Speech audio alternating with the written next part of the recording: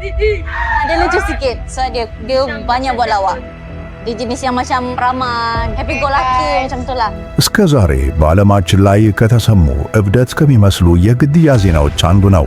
But one thing is clear, this is one of the most bizarre murder plots in decades. በጠራራ ፀሐይ ሕዝብ በተሰበሰበበት አየር ማረፊያ በፕራንክ ስም የተፈጸመው ታላቁ ግድያ So kita orang tak percaya dia membunuh. ሕይወታቸውን ለመቀየርና የዩቲዩብ ኮከብ ለመሆን ህልም የነበራቸው ወጣቶችም ሳያስቡት የገሃነም ትኬትን ቆርጠዋል። በዚህ ግድያ ሰለባ የሆነው የሰሜን ኮሪያው መሪ ኪም ጆንግ ኡን ወንድም ኪም ጆንግ ናም ነው። Kim Jong-nam has been assassinated. 2 women just been arrested in connection with the murder.